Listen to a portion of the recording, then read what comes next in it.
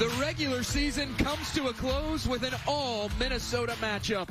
In-state rivals Rochester FC and division champions Aurora FC square off for the third time in 2025. Welcome inside TCO Stadium and a happy Pride Night to you. Alongside Mandy Pokabradsky, I'm Jake Griffin. A pleasure to have you alongside us. Minnesota Aurora have already locked up the Heartland Division crown. However, 2 draws in their last 3 matches, both of those being 1-1 draws. Mandy, how can Aurora get its offense back in form heading into the postseason? I think it's staying true to who they are, and defensively, they've been really good this season. Yes, they've given up a couple goals, so it gives them an opportunity to continue to improve in those areas, especially going into the postseason, so they'll want to be really clean in that defensive phase as well as set pieces. But in being clean in those aspects, it's going to transition better into the attacking phase for them. Being atop the table is an area all too familiar with this Minnesota Aurora FC organization. Their 4th straight playoff berth upcoming. They will hit the road to take on one of the other teams from the Central Conference in Pittsburgh, Pennsylvania. The Pittsburgh Riveters expansion side earning hosting rights in the Central Conference playoffs. We'll head to break. Starters and kick when we return to Eagan, Minnesota. It's Rochester FC and Aurora FC.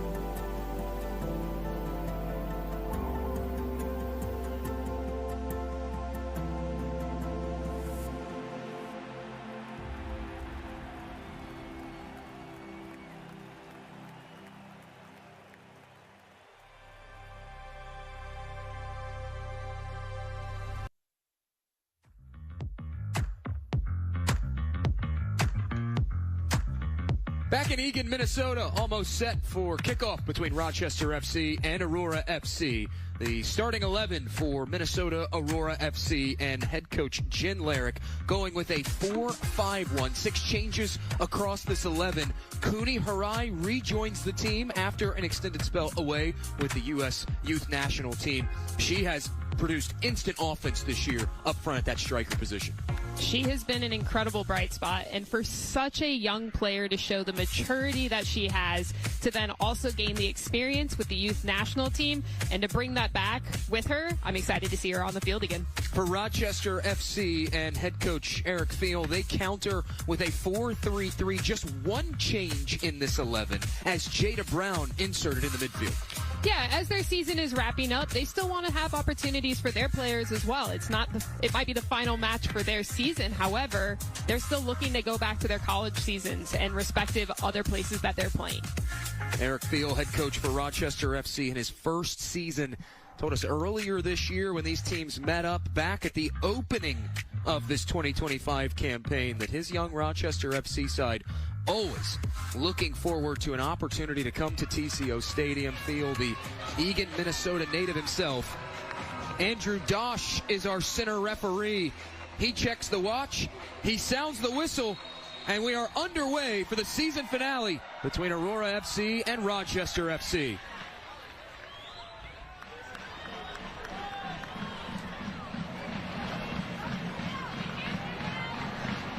Minnesota Aurora coming off that 1-1 draw at home in their most recent fixture against Riverlight. It was their fourth match in 10 days. Head coach Jin Larrick really lauded the team's performance after finding a second-half equalizer, especially on tired legs, as there is a whistle for a free kick to Aurora. It was a very gritty, grinded-out performance last week against Riverlight. Yeah, and it's something where I actually think that was a really good experience for this Aurora team to go through, to go down a goal, go into the second half and having to earn your way back into the game. That's going to lend well into the postseason. Here comes Rochester FC on an aggressive posture early, and that whipped toward goal, but wide, as Bayless Flynn getting her second start of 2025. We'll spot this up for a goal clearance. One of the things you and I talked about before going on air as we reflect on this 2025 regular season campaign, this Minnesota Aurora FC side in 2025 are doing it differently than what we've seen the last two seasons. Jin Larrick, former assistant coach under then head coach Nicole Lukic, almost a renaissance season, bringing it back to the way they played in 2022 in the franchise's inaugural campaign, as that's out for a throw. They're not putting up the gaudy scoring numbers. We're not seeing the 8-0 and the 7-0 and the 14-0. It is 1-0, 2-0, hard-fought, grinded out, and it really all starts with that transitional defense.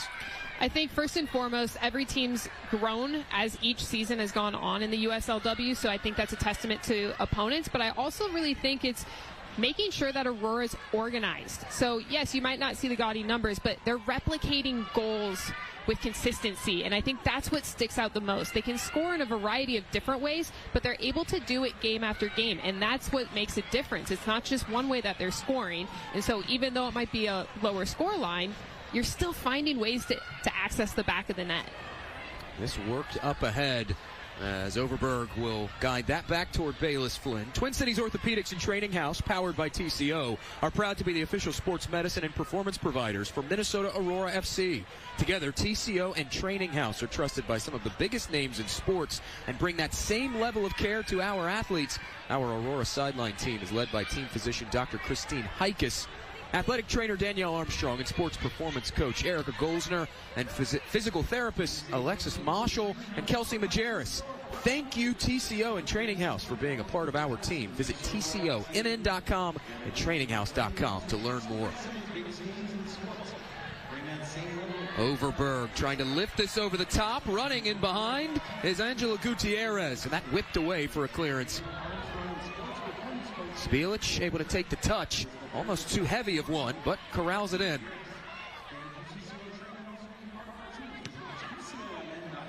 Tavana trying to weave through a crowd and cannot. Rochester FC will take over possession as that goes skipping forward, out for a throw. Rochester sporting the alternate black and yellow kits this evening. Aurora going with their secondary shirts, the brighter together all teal. And I really like what they did with this kit this year. The idea was to integrate the rich culture and history of quilting and fabric. So it's cool to see them bring that out in a uniform. Andrew Dosh sounding the whistle. Another stoppage, another free kick awarded, this time to Rochester FC, as Sarah DeGan stands over it. Rather, that Mariana Brito curls it toward goal and hopping into the gloves of Bayless Flynn. And that's something to keep an eye on. Rochester looking a little more direct. The sun is in Bayless's eyes this half, so she's done really well to kind of just be on her toes, be prepared for that longer pass, but something to just be mindful of. Rochester FC themselves on the heels of 4 consecutive losses, looking for their first win since they took down Riverlight earlier in June. Here's Aurora on the move, led by Wimes, who gives it up to Rapp. Brown went down, no foul was given. Here's Bielich now, near side. Gutierrez turning. Here's Tavana. Natalie Tavana, a breakout campaign for Aurora. 8 goal contributions. As Gutierrez ridden down, no foul given. It's won back by Harai. Harai tries to work it inside, given back up. Tight along that end line. Harai turning it back. She goes down. No whistle, and it will be a throw. Andrew Dosh content to let these teams play early on. Yeah, and we talked about this at the beginning of the broadcast as well. We talked about defensively. So we saw Cooney Harai. They lost possession, just getting pressure back on the defender. And that's what makes Aurora so dangerous in the attack. And that's how they'll be able to continue to create. So I really like that Cooney's getting pressure on the ball carrier to force a mistake. Rochester FC unable to capitalize on that throw and promptly given back up. And now Overberg will work it back ahead to Camber Hayes. Schneider got a piece to it, but now here is Gutierrez running free. Gutierrez sidesteps a challenge. She's taken down. Official points to the spot. And Jake, when we go back and we watch this replay, it's going to be a nice little cheeky pass from Cooney, but really well done from Gutierrez to continue her run and just really just providing a little deception. So she's going to act as though she's going to take a shot, sidesteps the defender there, gets taken down in the box. What a run from Angela Gutierrez to set that up. Win a penalty for Aurora. They have converted their only penalty attempt this season, as Eli Rapp, who did so against Sioux Falls City, will step to the spot again.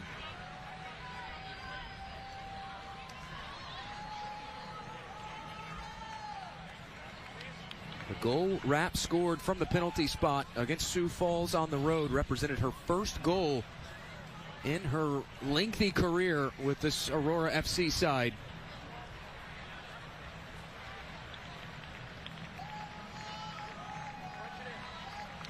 Eli Rapp facing off against Isabella Hollenbach in goal. Here's Eli Rapp, buries it inside. 7 minutes in, Aurora on the board thanks to Eli Rapp's second of the year. 1-0 Minnesota. And you could see right before Eli went to go take that PK, Andrew wanted her to replace the ball, thinking it was off the paint. So just takes a moment, keeps her composure, puts it in the back of the net. A lot of confidence to step up and just take it.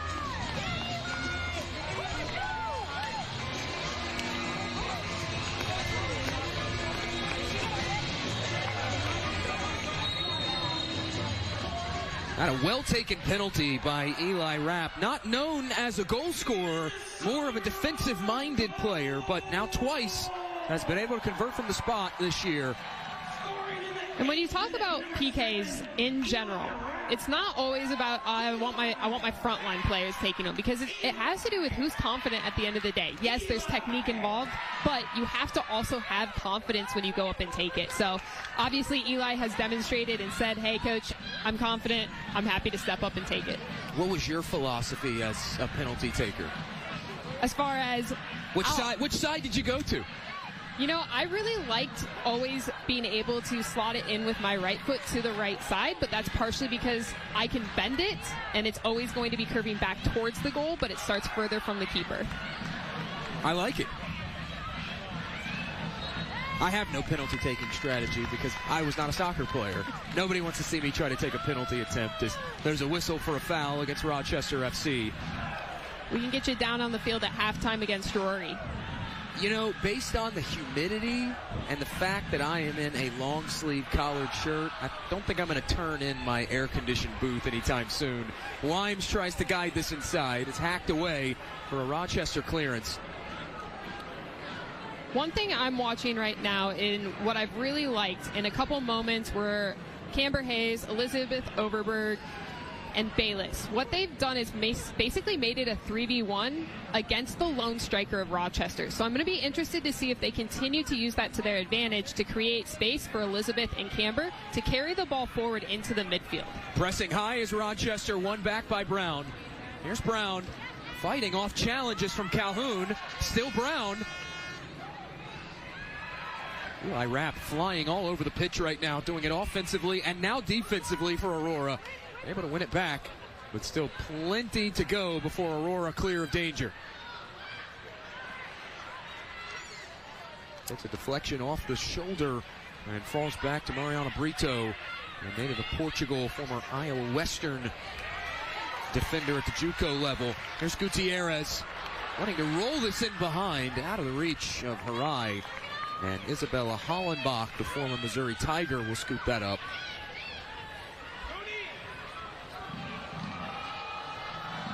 Hollenbach getting her 5th start in net for Rochester FC, and head coach Eric Field. The last time these two sides faced off in Rochester, Minnesota, back on June 14th, Hollenbach, 5 saves, turned in a very solid performance in goals, helping stymie the Aurora attack to just 1 goal, thanks to Summer Diamond. Well, and it's really important. Aurora's been successful in scoring goals each and every season. And so keepers know when they come in to play an Aurora team, they're going to have to be prepared. And again, for me, my number one thing when I'm looking at a goalkeeper is what is their shot stopping ability? Because in order to stay in a game, you got to try to do your best to keep a clean sheet. Wimes will give it up to Calhoun. Calhoun, give and go to the outside. Here's Wimes. Wimes heading to the end line, cuts it back, cleared out of play. It's a corner one for Minnesota Aurora. We've seen a couple different runs. So the previous attack, we saw Cooney, where the ball they ran out a little bit of real estate getting in behind there, but Cooney does a good job to make a diagonal run to slip between defenders there. We just see Sage there attacking the end line. So I like that there's a little bit of variety of what the Aurora attack is looking to do. Minnesota Aurora, 2nd most corners generated in the Central Conference this season. They do have 4 set-piece goals to their credit. Hayes plays the short option in, back to Wimes. Now back to Hayes. Rolls it inside the area. Here's Wimes, takes a deflection. It's cleared away. And I actually really like that angle for Sage. That's a good look. It's a dangerous position compared to an original short corner there, so I like it a lot. We'll see if they continue to be able to create space like that for her. Adding a new wrinkle, a new fold onto their set-piece attack. Traditionally, you see teams, including Aurora, they like to have that short option hovering more to the left side of the flag, tight toward that touchline. That time just finding options inside. And it goes to a theme that's established already in these first 13 minutes. Aurora have, early on, gotten great box entries on this Rochester FC defense. Yeah, and that's part of what you want to continue to build as a team is, like you said, I think a great word is some wrinkles. It's just different ways to create opportunities, because if you get into a match in the postseason, it can't just be one, because if that one way doesn't work, what is your next option? So the fact that they're able to create and craft different ways of getting into the box is really important. Here's Wimes. Rolls it up ahead. Tavana free. Tavana cuts it back. It's blocked. Still Tavana, squares, falling through to Harai, blocked again. And Rochester's just doing a good job staying in front of the ball, so they're at least getting deflections. If you can't make a tackle and get in front or win the ball, you at least have to deflect it. You can't just allow an open shot. Despite trailing early on, Rochester FC have done a good job of keeping that defense compact. It's something we saw in the previous 2 matchups between these teams. It really frustrated Aurora's offense at times. Now here's Rochester progressing forward out of the reach of Ricarte Pacheco. Dangerous pass back. Tavana will pounce all over that. Tavana shifting. Tavana at full full stretch. Hollenbach parries it aside.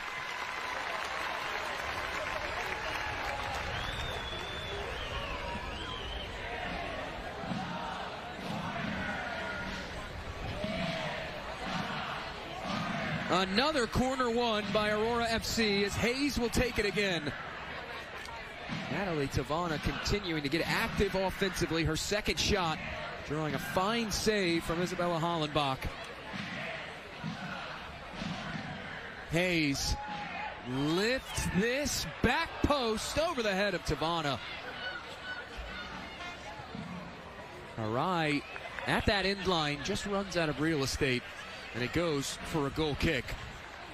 Yeah, and I would have liked to see a secondary option for Cooney. She kind of got stuck just by herself in the corner there, where you have numbers forward, you're committed, you want to recycle those runs, but also having that secondary option, just lay it off so you can play another ball in or drive.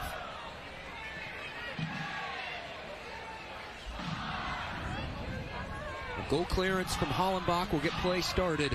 Rochester FC, they have gone down a goal now in 5 of their last 7 fixtures. Trying to battle their way back into this one, rather. An early penalty converted by Eli Rapp. And Rapp will steer this back to Bayless Flynn. Emergency clearance away from Flynn, the Montana Grizzly. Now knotted out wide, racing ahead. Here's Wimes. Wimes shifting. Wimes! That goes sailing out. Right idea. The execution just not quite there. Well, going back to Tavana there, just the awareness to see as the ball's in flight and to see Sage's run and just be able to control that with pace to get that down for her. It's a fantastic ball into Sage's feet. And again, this is the second time we've seen Sage wanting to come inside to finish there. So I'm guessing we're going to see it maybe 1 or 2 more times. She just needs to get her hips around the ball. Aurora trying to utilize some of that high press to force an issue. Rochester so far able to break it down, and now here they come. Trying to work it ahead, back toward Jada Brown. Brown going to pull that ball down in on the move. Hayes will guide that out of play. It does concede the throw in, and Markovich will toss it in for Rochester FC. A lot of speed, though, on the outsides for Rochester. If they can continue to find ways to get into those wide channels, they can create some offense. Yeah, and Canberra actually did a fantastic job not just tracking the run, but utilizing her body to at least prevent early entrance. So she was able to send the attacker up and then just gets a deflection and forces Rochester to have to reorganize, get the ball again, build up their attack, but it allows Aurora to get numbers back behind the ball. Rapp trying to clear it away. Instead, it's a 3rd consecutive throw in for Rochester FC. Gaining a little momentum, a little confidence as they plant their flag in this end of things. The high school senior Zarina Markovich heading to Southeast Missouri State in the fall. She will throw it in, promptly intercepted by Wimes. Talk about speed. Here's Sage Wimes now rolling ahead with it. Wimes waits. Wimes will roll it back in front. Here's Harai. Able to tightrope the touchline. Harai crosses it in, headed away.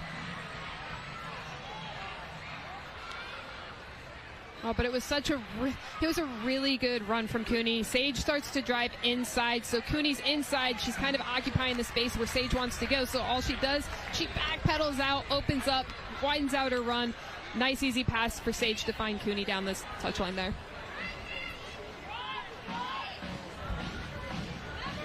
Nearly 20 minutes in, Aurora have really found some good options utilizing that trio of Tavana, Harai, Sage Wimes. So much skill, so much talent.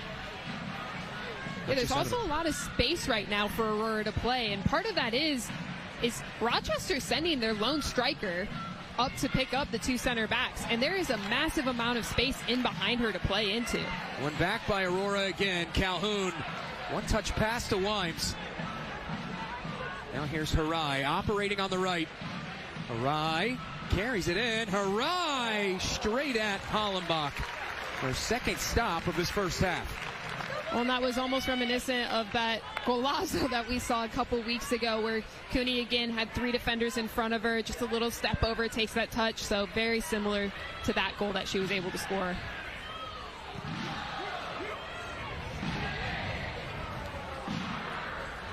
Early on, we are seeing a bit more variation in terms of the rotations, the passing combinations for this Aurora attack.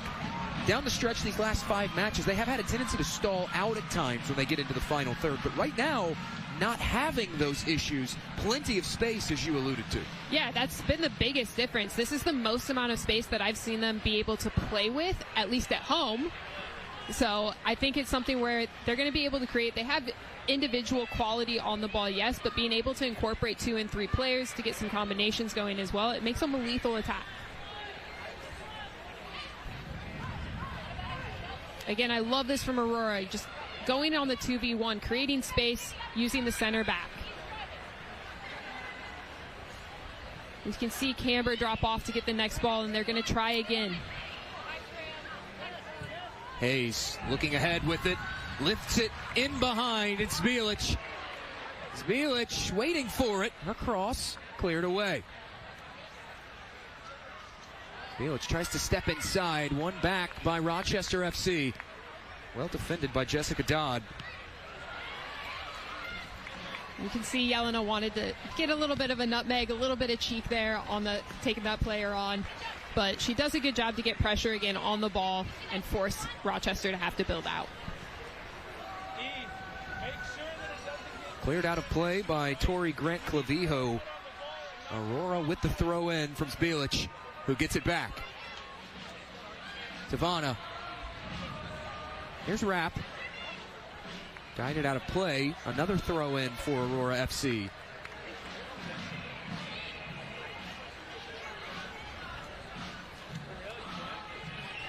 Aurora has really liked this left-hand side of the pitch this season. 10 goals generated down the left-hand side of the attack as Zbilic, combination passing up ahead to Tavana, stepping into one, over the bar and out. And she struck that so well.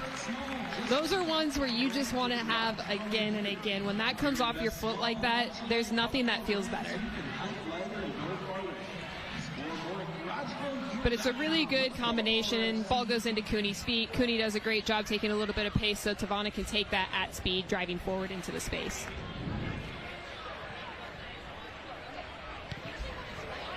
Aurora, lethal threats from outside this season, whether it be Natalie Tavana, Summer Diamond, Cooney Harai, who's on it now. A real knack for scoring goals. Calhoun will reset things and give it up to Elizabeth Overberg.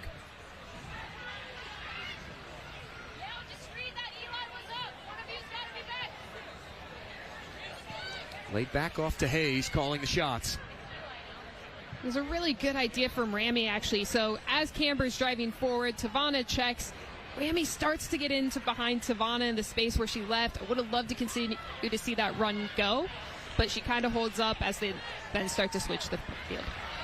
Worked in behind. Here's Wimes with pace. Wimes rolls it central, cleared away.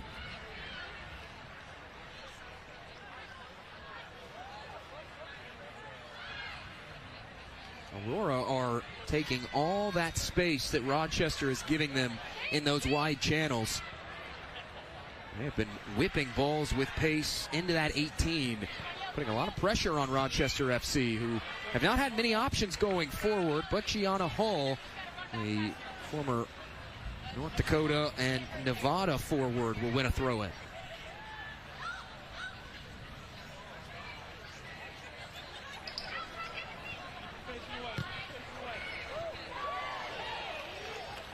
As Rochester hasn't touched much of the ball, these are moments where you want to start incorporating everybody as much as you can. It's really hard to get built into a game if you're not getting touches on the ball. So for me, it's, yes, you want to take advantage, but it's understanding, is this a transitional moment that we want to go and force the ball going forward? Do we want to be patient? Do we want to build? Do we want to get our team a little bit built into the game?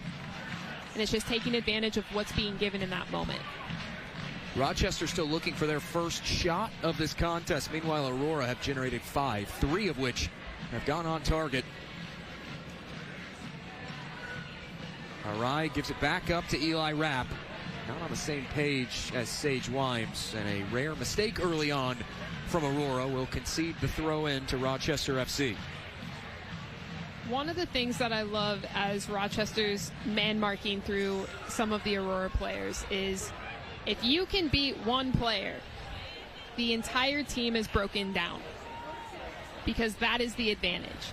That's why you'll see at the professional level, teams go to zonal defending.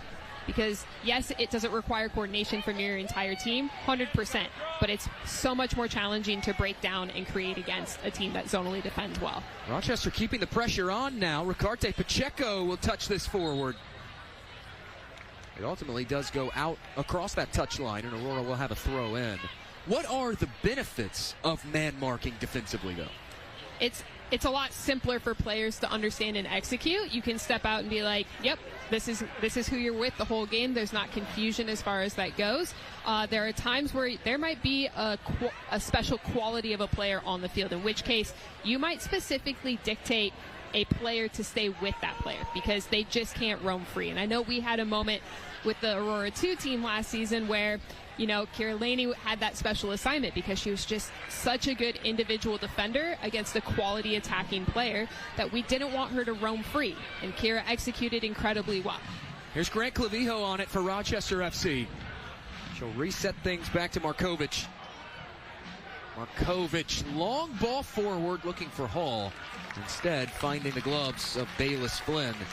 The utilization of long passing is something that Eric Field has said time and again this season he would like to see his team improve upon, be a bit more vertical. They had success being vertical in the second matchup this season between these teams back on June 14th, but in this first half, Aurora has limited the verticality of Rochester. And I think that's one area. So as you get pressure on the ball, that makes it a lot more challenging because it forces the player on the ball to have to select possibly a different pass. Here's Wimes now.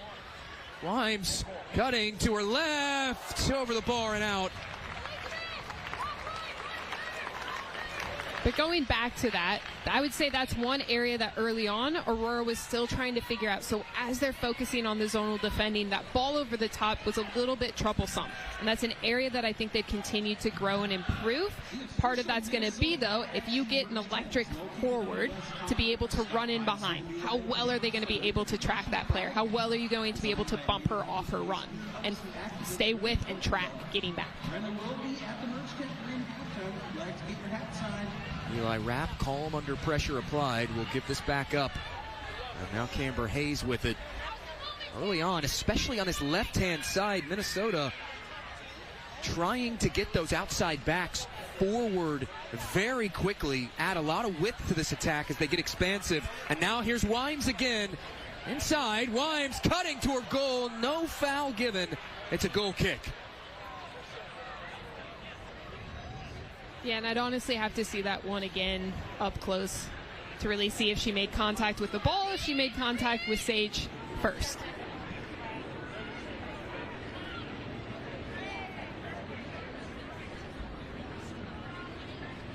Sage Wimes, the Kansas Jayhawk. 3 goals this season. Has been asked to play more of that creator role, as we've talked about throughout 2025. In terms of creating for others and not just being a single running forward type of striker that's going to go get you 7 goals. She has adapted very well to that role. Well, and it's forcing her to grow as an individual player as well. And it's not just been creating for others, it's also been different types and styles of finishing. So it's really been asking her to step outside of what you're consistently used to doing and improving yourself and growing as a player, increasing your versatility. There's Harai.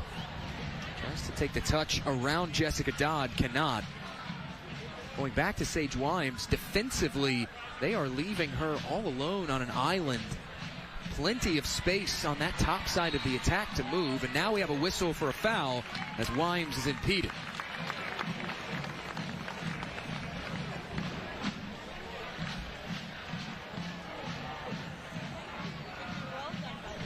Just a step inside this far touchline for Eli Rapp, who will have this free kick.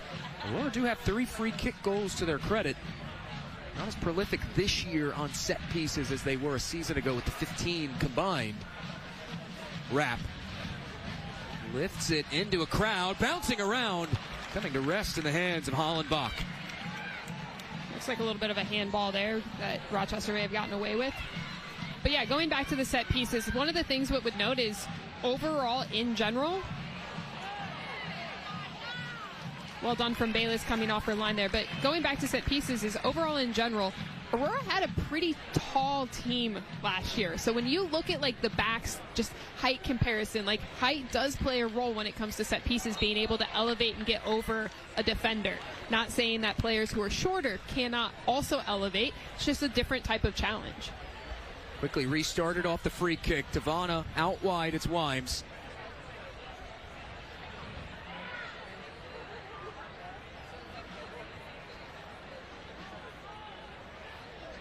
Minnesota will reset things back to Camber Hayes. Now funneled ahead. Gutierrez.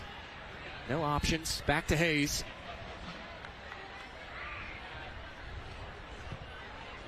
Tavana. What a ball ahead. Finding Calhoun. Struggles to corral it in, though. And Ricarte Pacheco will lead this counterattack for Rochester. Markovic sidesteps one defender. Now we'll fling this ahead. An overhit cross. Rochester are really trying to funnel things narrowly offensively through those middle channels and not having success in this first half. It's been their one thing that they've been looking to do. And so part of it is, again, when you haven't spent a lot of time on the ball, you're in the defensive phase. Defending takes a lot of time and energy. So at the end of the day, you've spent almost the first 30 minutes defending. And so when you are getting those moments on the ball, it's almost a little bit too anxious to force the ball forward because you get excited to have the ball, but also it's the mental capacity to switch gears and understand we're changing the phase of the game. We're not in the defensive phase. And then there's different responsibilities that go with that, but it's just having the composure to be able to settle down a little bit and understand the situation. It is very reminiscent of that May 22nd matchup between these teams because Rochester spent the first half hour defending. They did go down a goal in the first half. And then the final 15 minutes of the half really showed some good promise offensively, put pressure on Aurora. Rochester still, though, looking for their first shot in this contest. Well, and conversely, it asks Aurora to have to transition into their defensive phase and be really organized when they haven't spent a lot of time doing it. So making sure that you're engaged and you're communicating with the players around you, that does require a lot of mental energy as well. So for both teams, it's just when you haven't spent a lot of time in the other phase, it can be a little bit of challenge at times flowing into it. There's Eli Rapp with it for Minnesota Aurora. Has options, gives it up. Here's Wimes. Flag comes up. Offside. I do like the idea from Sage there, just the ability to hold that run, maybe use a little bit more of the width to get her hips around it, but I like the idea of the early ball in an open box. And what I mean by open box is there aren't any defenders in it, so you play the ball into an attacking player that's running forward onto it. Andrew Dosh sounds the whistle for a hydration break. It is extremely humid, extremely warm here in the Twin Cities this evening. A chance to take a look at our Heartland Division table entering today. Minnesota Aurora at the moment 7 points clear of Riverlight FC, who suffered a shocking upset at the hands of Chicago City Dutch Lion earlier in the week. Meanwhile, Sioux Falls City able to pull level points-wise with Riverlight. Sioux Falls turning in great performances in 2025 in their first year in the USLW League. Yeah, and I think they'll be a team that continues to grow. I know we talked about this the first time that we saw Sioux Falls City here at TCO Stadium with Joe DeMay. He's very familiar with the Minnesota surrounding Midwest area, having worked at Shattuck. So he's going to continue to work on building that program and continuing to develop those players and make it a strong team to continue to compete year after year. Minnesota Aurora winning the Heartland Division for the fourth consecutive season. They are heading to the USLW League playoffs. They will travel to Pittsburgh for the Central Conference playoffs, the Central Conference semi and Central Conference finals being played at Highmark Stadium. Pittsburgh Riveters in their first season in the USLW League, winning the new Great Forest Division and doing so last night over Steel City in dramatic fashion. At the death, I don't think sums it up enough.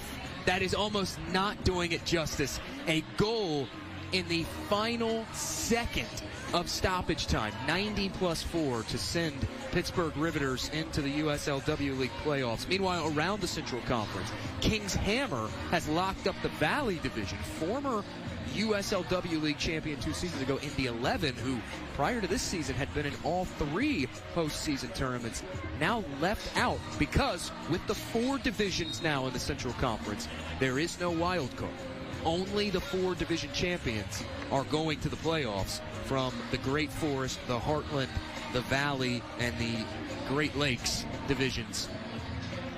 Yeah, with that change, your margin for error in any match dramatically diminishes. So with that wild card, if you had a kind of a fluky result, or hey, one kind of just slipped away from us a little bit off, you still had a chance and an opportunity. But it puts a lot more pressure on an everyday basis to perform well and be consistent and get results, because you have to win your division or you're left out. The lone team, rather the lone spot yet to be locked up in the Central Conference playoffs is in that Great Lakes division. Right now, AFC Ann Arbor, they are in the driver's seat, 1 point clear of reigning Central Conference champions Detroit City FC, who made the playoffs for the first time in club history last season. They hosted the Central Conference playoffs at Keyworth Stadium as Isabella Hollenbach gets play back underway. AFC Ann Arbor, the Mighty Oaks, getting a 2-1 win just 2 weeks ago against Detroit City, putting them on the outside looking in. As Rochester FC on the outside looking in terms of the scoreline right now, trying to pull a goal back. Here's Hobbs, steers this inside, cleared away. I love this from Yelena right now. Just puts her foot on the ball, super composed, not in a hurry, lets her team get their shape, asks Rochester, hey, if you want to come get it, fine, I'm here. Send the defender, let me play around you. Going back to that postseason picture, it is shaping up very interestingly, though, because if all things stand pat in the Central Conference, Aurora would take on, according to the USLW League official website and front office, they would take on Pittsburgh Riveters, who have put together quite an impressive roster full of homegrown talent from the Pittsburgh Riverhounds ECNL Academy. As here is Cooney Harai leading the charge for Aurora. Harai turns, fires it in, running past it is Wimes, can't put it on goal. Oh, and Sage is going to want that one back. That's a delicious ball that Cooney puts in. Sage does a fantastic job. You can tell she's going with all of her momentum and her pace. Just can't quite get a touch on it. Gutierrez can't beat that defender. And now turning forward with it is Riley Schneider.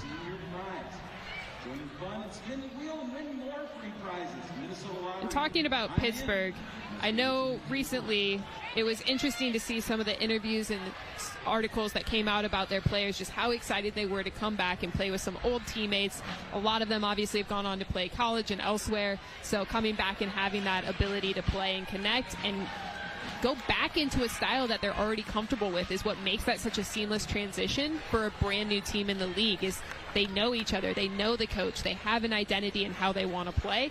So it'll be a good matchup if that's what we see. More than half of that roster in the Steel City are products of the Pittsburgh Riverhounds Academy, and Riveters head coach Scott Gibson is also the Riverhounds Academy director. A lot of familiarity there within that organization and that club. Yes, a new club on paper in their first year, but they do not play like an upstart team. Meanwhile, here's Aurora trying to progress forward with it. Tavana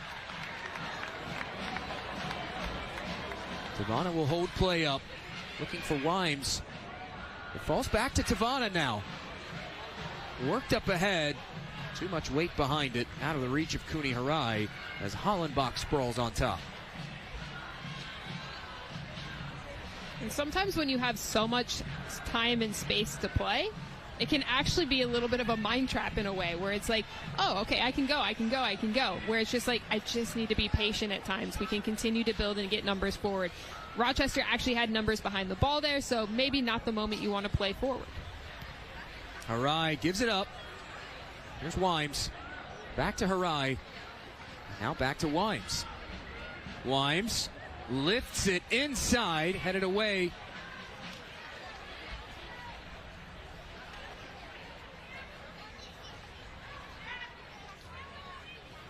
Now Grant Clavijo. Putting pressure on her was Gutierrez, and it's out for a Rochester throw-in.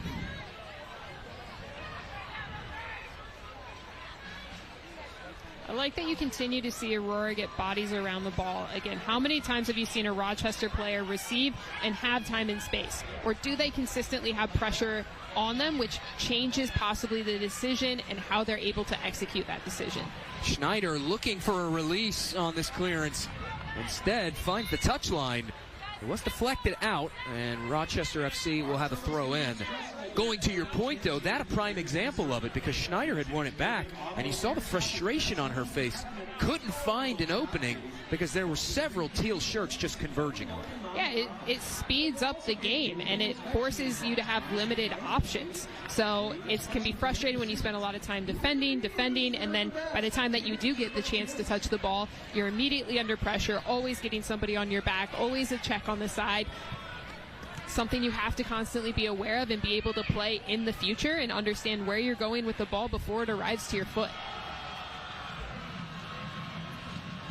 All throughout this first half, as Aurora have built from the back, it almost looks like a back two, the way they're getting those outside backs forward. And now rolling it ahead is Harai.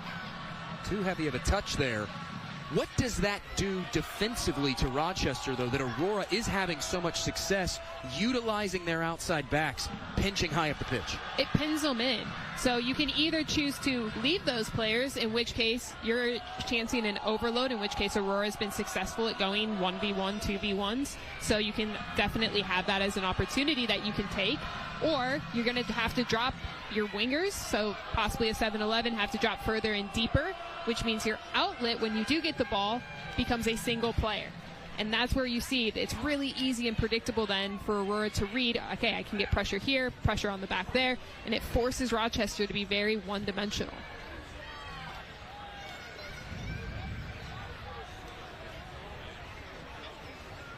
Here's Overberg with it. To work it ahead to Tavana. Tavana can't hold on to it, and now Rochester, a promising counterattack developing here for the Loons. But again, that added pressure forces a quicker pass than what that player was ready for. Here's Grant Clavijo. 4 goals, 1 assist this season. She's been their talisman in 2025. Now Schneider. Schneider whips this cross in. Not on target. Hacked away by Wimes for an Aurora clearance. Rochester FC, though, starting to inch up the pitch and find more options going forward. They're being a bit more decisive with their passing. Yeah, and when they start to find feet and combine, it works a little bit better for them. Again, the really direct ball right now, they have one player who's really kind of threatening to get in behind, and that's not going to be a situation that you're going to find a lot of success because you're typically going against 2 center backs, against your lone striker. So the number advantage is for Aurora there. The second they can start outplaying one player, now you can progress moving forward. Free kick taken by Aurora late in this first half. The penalty converted by Eli Rapp in the 7th minute, the difference maker so far. And now here they are attacking again. Guided out wide to Harai. Now Harai drives this cross in front. It's Rami Rapp. Stopped by Hollenbach. But it's better. There are more runs in the box, and Cooney was able to find a target in Rami. So it's getting there. A lot of the crosses that Aurora has had thus far has either been to a single target in the box, in which case you want more than one runner, or 2, it's kind of just been a ball that's been pinged in where it hasn't really found a target. Carte Pacheco will reset things for Rochester FC. Looking for their first road win of 2025. 0-4-1 on the road this season. Flynn, emergency clearance. Guides that out of play to take the pressure off, and Rochester will have a throw in.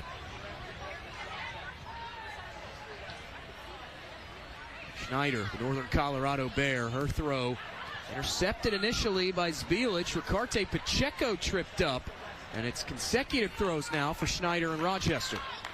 And they're going to give the foul, I think. Nope. No, they're not. Just a quick conversation there. Diving header away by Calhoun, now whipped forward by Aurora. It's a nice little bicycle kick clearance there. Now Rapp will turn this upfield into Wimes.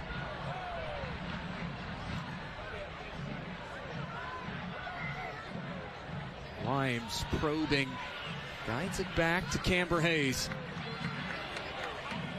It's the lack of the width on the left side right now, though, so you still want to maintain some positional discipline.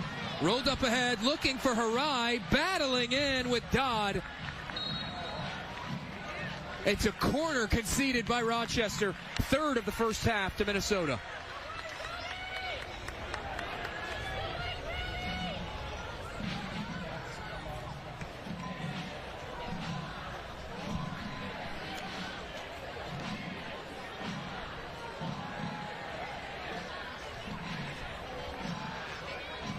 Zbilic will take this from the near flag for Aurora.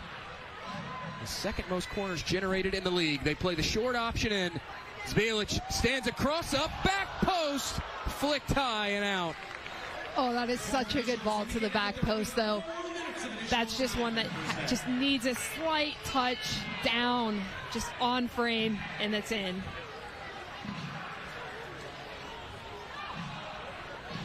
The fourth official indicates 4 minutes of added time at the end of this half. A half that, for large stretches, have been controlled by Aurora in possession. Aurora this season averaging just shy of 40% possession per match. That ranks as the 24th highest mark in the league, a top 5 mark in the Central Conference this season. But it's Rochester FC on it now. Flung forward, trying to find Brown, and out comes Bayless Flynn. And that's something that Bayless has done really well already this game, is understanding, yes, Rochester's been a little more direct, so she has to be prepared to be able to clean up some of those passes that are going to go beyond her back line that would force center backs to have to play with pressure on their back. So she does a really good job just coming out, collecting the ball, making that situation a non-issue. Aurora defensively have held Rochester in check. No shots allowed to the Loons. Now this whipped out in front. Here's Wimes. Edge of the area. Still Wimes. Cuts it inside. Skipping past the near post and out. What a ball from Gutierrez out to Sage Wimes. Well done to drive. Unfortunately, it looked like Tavana's feet may have just gotten a little bit too excited in front of goal. We'll get to see a little bit here. Again, picks it up nice and easy across the front of goal. Looks like the keeper may have disrupted Tavana's line of sight a little bit there.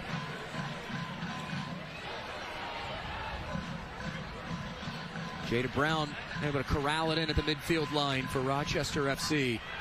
The last 10 minutes, Rochester have been improved, starting to have more fluidity in their build-ups, as we have a whistle for a foul against Aurora and a free kick conceded to the Loons. Still, though, Rochester looking for that elusive first shot. Schneider. Hall guides it out wide. Frisbee couldn't control it. Cleared away initially by Aurora. Pressure kept on, though, by Rochester. Rochester does a good job to regain the ball there. Cooney has the pressure, but back's able to step forward, come through as Cooney's awaiting that ball to arrive. So she just does a good job stepping forward and being first to the ball. The Loons showing more patience in the attack over these last 10-15 minutes. A bit more organization as well, as they are able to find that open player. But Aurora with the takeaway. Coming up on the tail end of the 4 allotted for added time at the end of this first 45 minutes.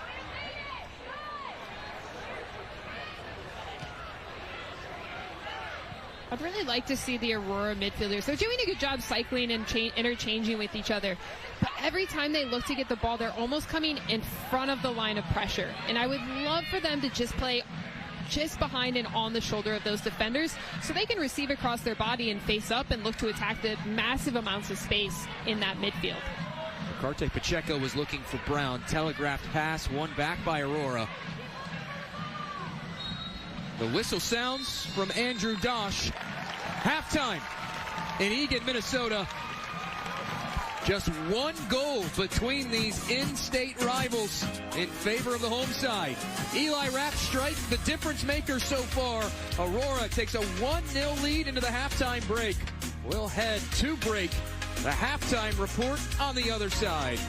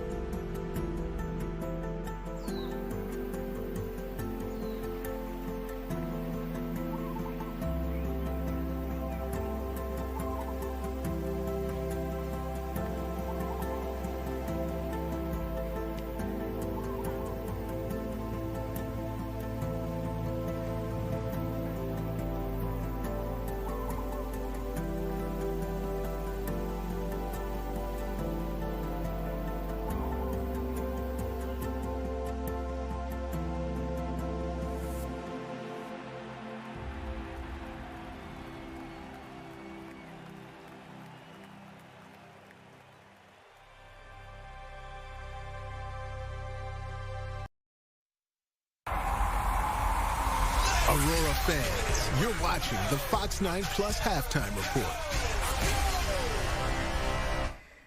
Right now, you're looking at video of a tornado out in South Dakota. That happening earlier this evening. Video sent in to us by Fox 9 storm chaser Bill Doms.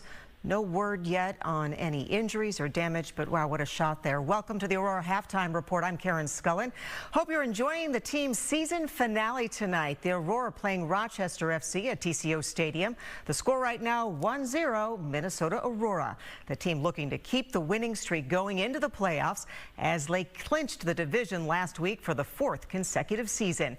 We're going to start things off, though, with a look at the weather as some strong storms are coming in. With more in the forecast, here's Cody Mack. Fox. Yeah, indeed. Good evening. We're going to try to keep the cut-ins on Fox 9. So if you're looking for more severe weather coverage over the next hour or two, we will be cutting into Fox 9 and try to keep the weather off of Fox 9 Plus so you continue watching the Aurora. But I did want to update you. Giant tornado watch box does include the West Metro, so essentially just on the west side of the metro and points westward for the rest of central Minnesota, meaning things are conducive for the potential for tornadoes. And we've certainly seen at least a couple so far. There is a new severe thunderstorm warning. This includes Douglas and Pope counties. This is moving to the north and east right into the city of Alexandria. This one could have golf ball size hail. So if you're in Alexandria, you should head to shelter at the moment. Try to stay away from outside walls and windows. There's another storm just out ahead of it, so heads up Long Prairie. This one may eventually get warned. A lot of these storms that are popping up this afternoon are leading to some warnings, so that one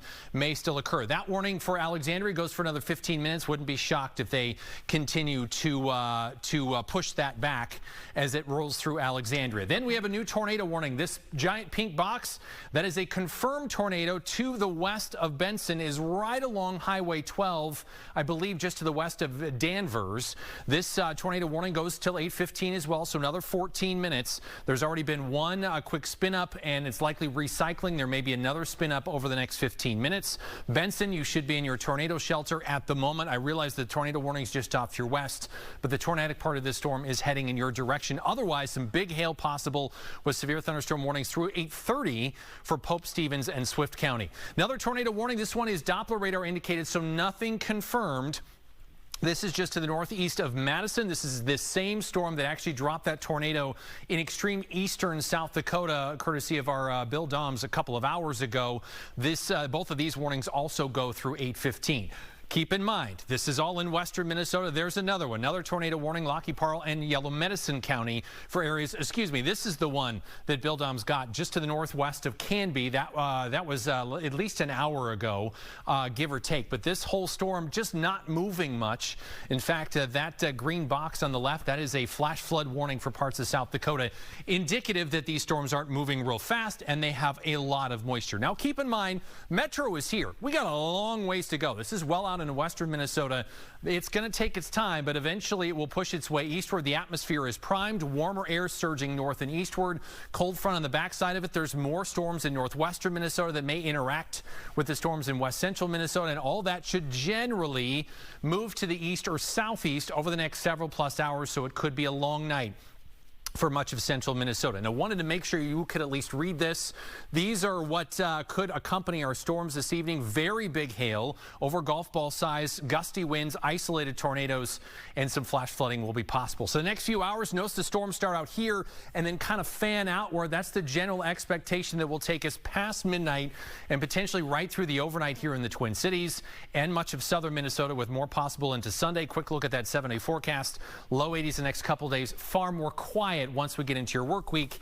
And July 4th, right now, temperatures in those middle 80s with some thunderstorm chances. Of course, if you want more information, we will break back into programming on Fox 9. And of course, you can get the very latest on our Fox 9 weather app or streaming as well. And Cody, for the Metro, though, it sounds like into the overnight hours are the bigger concern. It looks like it's going to be at least after 10 p.m., but quite likely after midnight. All right. Thank you. When professional athletes retire from their sport, some may struggle with what's next once the ball stops rolling. Luckily for Cody Cropper, he's found something that keeps him involved and motivated without having that desire to still play. Fox 9's Ahmad Hicks with his story. When it comes to soccer experience, give him half a second longer to get up. Cody Cropper has a ton. Keep the mentality, eh? Keep the mentality. This is good. A goalkeeper in England's top 2 divisions for 7 years. Savarino lets that one go, and Cropper has to make the save. And a stud in the MLS for 7 more. But there's one thing Cropper didn't have on his resume. How do you think the transition was for you from going from playing to now coaching? What's that patience like for you? It's opened a lot. It's opened my eyes a lot. Cropper says he's now teaching things he thought as a player didn't need to be said, helping him expand his own horizon. It's obviously taught me a lot about the game too, and about myself and who I kind of want to be as a father, as a husband, as an adult. With a daughter of his own now, Cropper joined women's sports to make an impact for her and to maybe one day coach his little one. You think that your wife would be receptive to you coaching your daughter? Do you think you may be too hard on your daughter? Potentially. I do know, though, that my wife wants my daughter to be a golfer. Oh. Okay. My wife was a competitive golfer. Okay. So I can see it going the other way with golf, and my wife being a little too critical of my daughter with a club. So we'll see how it all goes, but I would love to one day coach my daughter. Luckily for his daughter, she has a group she can look up to and aspire to be one day. Racing ahead, it's Wimes! Unlike the route her dad took. I have seen so much growth in the last 15 to 20 years that it's been amazing to be a part of, because when I was growing up here in Minnesota, there was no Minnesota United, right, and now there is. And there was no Minnesota Aurora, and now there is. And now Cropper is hopeful this is just the beginning for the Aurora. The aspirations of this club are big, and I hope one day that they're an NWSL franchise and they're bringing professional women's soccer to Minnesota. Miller, sitters! The board here, the staff here has done an incredible job, inserting themselves into the community, remaining involved in the community, listening to the community, and really getting the community involved in the club itself. Reporting for Fox 9, I'm Ahmad Hicks. Great story there. Well, that will do it for your halftime cut-in. Enjoy the second half of the game.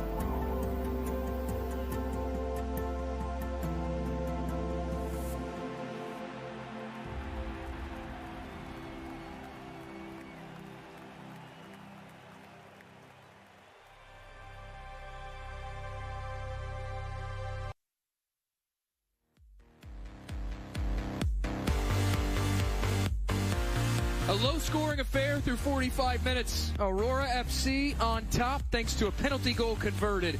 They lead it 1-0 at the halftime break. Alongside Mandy Pokobratsky, I'm Jake Griffith back inside TCO Stadium. Aurora FC, despite the lone goal scored, they really controlled the tempo which that match was played, Mandy. 10 shots, 4 on target in the first 45. Yeah, this is the most space I've seen this Aurora team have this season, and they're showcasing they can be dangerous. So now it's just being clinical in front of goal. I'd like to see them be able to put at least 1, maybe 2 away, just because of the opportunities and space that they have. But I like the fact that they're creating a little bit differently. Their midfielders are getting a little bit more involved. Center backs are carrying the ball forward against some of this man-marking Rochester team. A look at our stats at the half. Aurora with 3 corners as well. They've had no shortage of set pieces this season. Now north of 70 total corners taken. For Rochester FC, they did find 1 shot late in that first half, but the offense just not there for the Loons. Yeah, and part of that's just Aurora's always has a presence around the ball. So the biggest thing is just making sure that you continue to put pressure on them, and it forces them to be very one-directional.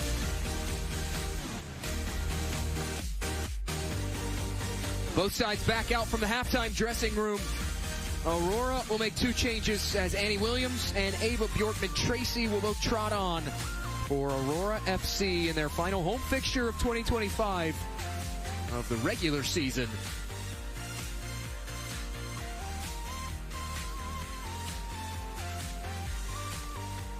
Isabella Hollenbach racing back into goal for Rochester FC. She came up time and again very big for the Loons. 3 first-half saves for Hollenbach. Now 8 on the season against this Aurora FC side for the former Missouri Tiger, soon to be future Milwaukee Panther. Will join that very productive mid-major women's soccer program for the upcoming 2025 fall campaign.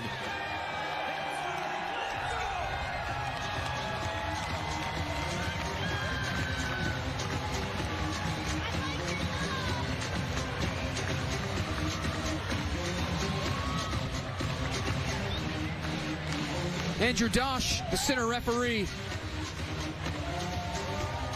He sounds the whistle. We're back underway for the second half of the regular season finale between Rochester FC and Aurora FC. A real burst of speed and life out of the halftime break for Rochester. They grew in confidence in the late stages of that first half, started to high press Aurora a bit more, but now a foul will give Minnesota Aurora a free kick.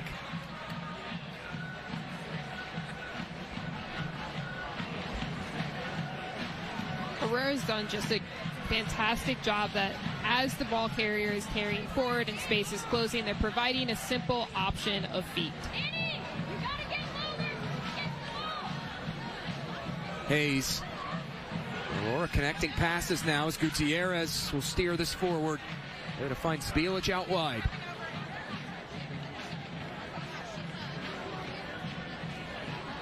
I really like that from Evelyn. Just super simple, attracting pressure there, releasing that, switching the field, moving the Rochester defenders. The patience as well shown by this Aurora side all throughout 2025. When they don't have an option there, they don't like the look of how it's developing, they're not afraid to cycle it along the back. And that has really helped open things up for Minnesota all season long. And I think one of the areas for growth is the center backs. Here's Zbilic, lifted ahead, it's Zbilic! Off the side netting and out. And that's making all the difference. So again, Camber's on the ball. She's able to look forward, drive forward a little bit. And so that's really forcing Rochester to have to drop their backs or their forwards a bit deeper to have to deal with Yelena and now Annie Williams as the outside backs getting forward.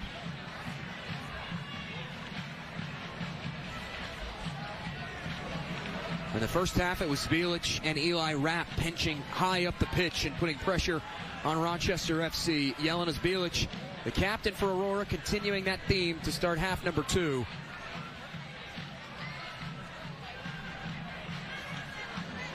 Space to move for Overberg now. Overberg will carry it on. Fight off that last challenge from Brown, and they'll guide this all the way back to Hollenbach.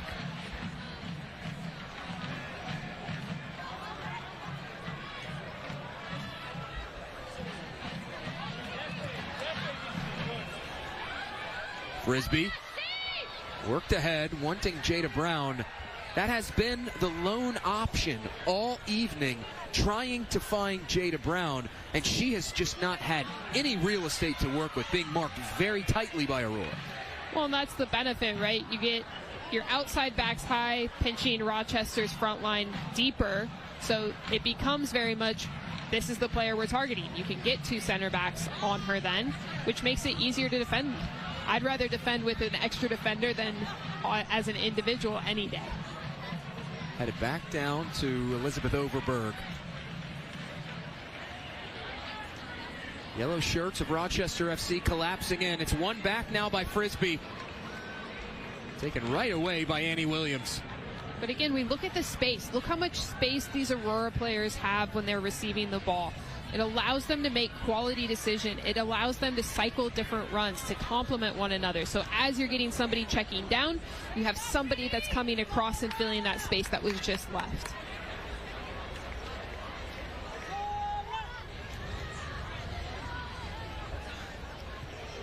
And as we watch these Rochester players just man mark these Aurora midfielders, you're going to watch why there's so much space. And it's just going to be the timing. If you can pull one defender off, you're always playing with an advantage. Frisbee steps up with the interception, rather that Markovic. One back, though, by Tavana now. Laid off, able to find Spielic out of the reach of Harai. Grant Clavijo now calling her own number. Takes an awkward deflection out wide. It's Schneider. Schneider rolls it back down that outside channel. Brown to it, but the flag is up for offside. That, the best buildup we've seen from Rochester FC in transition, regardless of the offside flag. And this is just going to be about the back line maintaining communication. So, yes, they did get the offside, but they got organized a little bit late, the Aurora back line. So that's something to keep our eye on as Rochester's being a little bit more patient, is are they staying organized?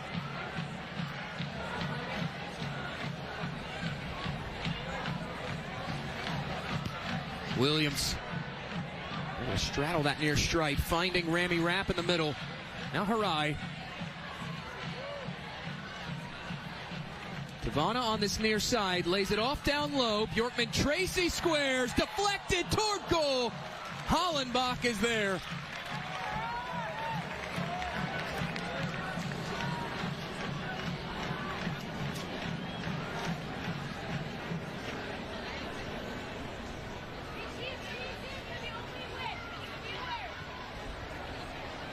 Worked up ahead. Williams will race it down. Williams stepping to the inside, cuts it back.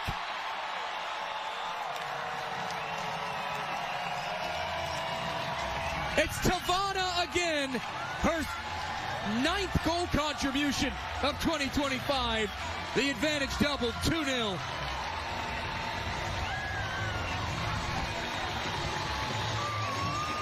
Jake, as we go back and watch this, I really wish we could see Annie driving. It's just such an easy tap-in for Tavana there. Just Annie does it dirty down the sideline there, and just super simple, nice little nutmeg, carries on, drives at the end line, slots it back across the face of goal.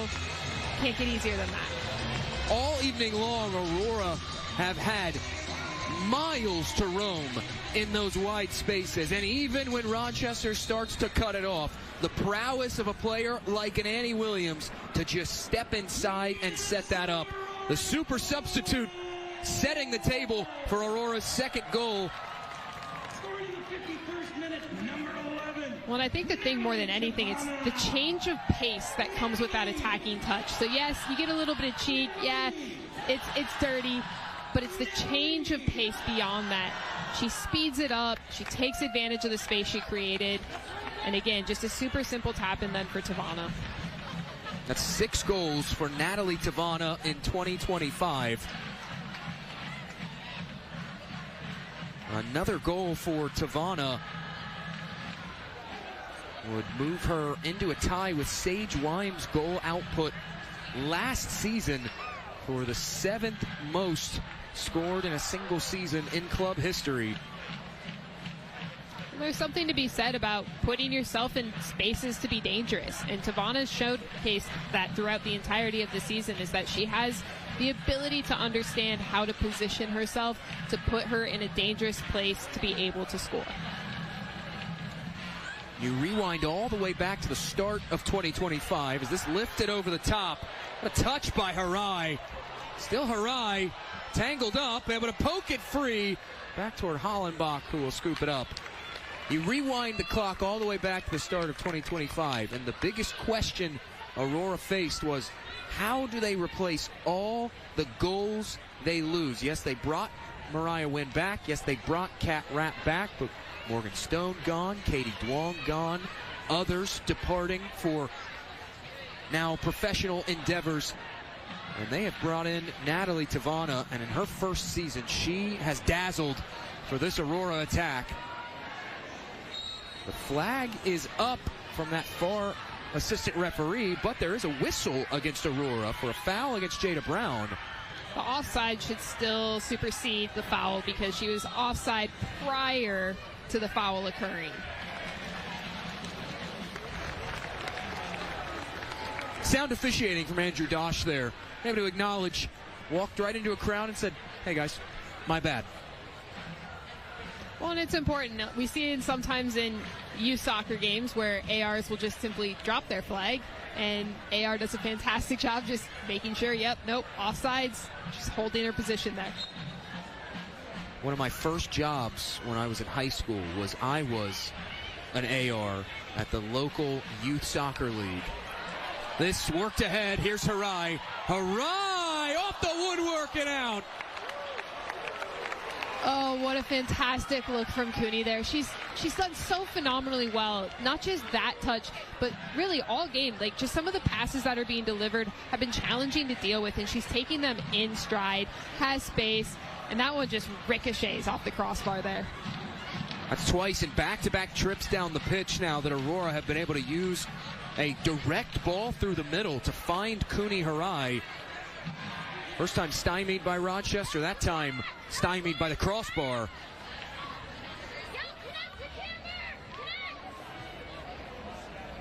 Brown trying to turn on this, flanked by options. Hall gives it up. Markovic leaves that cross short. It falls to Rapp. And I love the adjustment from Jelena just before that ball's played in. She's a little bit almost too tight to the attacking player, leaving space between Camber and herself. So she tucks in a little bit and is able to then step forward into that next pass. Here's Bjorkman-Tracy, edge of the area. Bjorkman-Tracy wants to cross, the cutback, fiddling around inside. Clearance blocked by Tavana. Hobbs will finally settle on it for Rochester. That out of the reach of Grant Clavijo, though, and a change of possession will occur via the throw-in. Rochester will make one change. Cecile Esbach, the Denmark native, will come on for the first time. Training House with a flagship location in Eagan on the Minnesota Vikings campus is an elite athletic performance and recovery philosophy that is unparalleled in the Twin Cities. Utilizing innovative, science-based methods, our industry-leading team of experts work together to form a personalized approach for the athlete. Collectively, we establish a foundation for athletic performance that promises to challenge, inspire, and produce real results. To learn more and find locations, visit traininghouse.com. Rochester with the throw-in as it finds Ana Ricarte Pacheco. Rochester, since those final 15 minutes of the first half, they have been improved in terms of their organization offensively. They have been improved at the pace in which they're moving forward, but still unable to generate true offense. Well, and part of the man-marking system disorganizes your shape when you actually regain possession. And that's another reason and benefit, in my opinion, of zonal defending. Because when you go to a man marking, you could be following a player. Hoofed ahead, Harai will race it down. Harai high, misses near side. But you can have players following all across the field, and so when you then regain possession, you don't have structure or shape to then secure the first pass and then have support to be able to play with one another.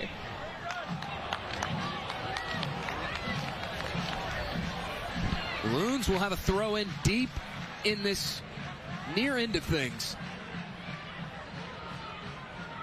Knotted back down by Williams.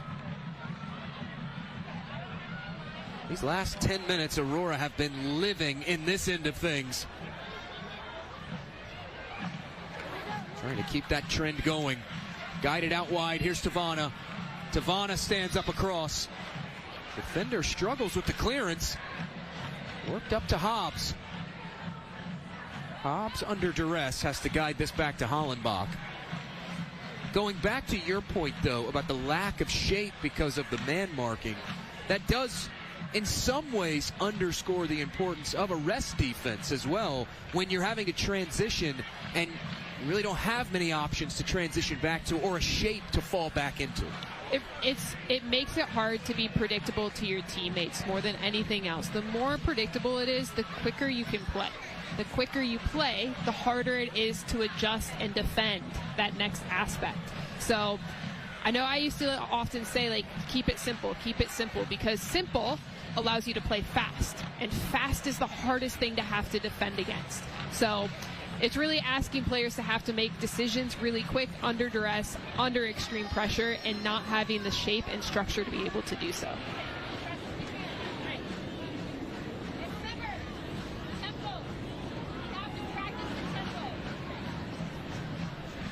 Calhoun off the throw in will give this back up to Hayes.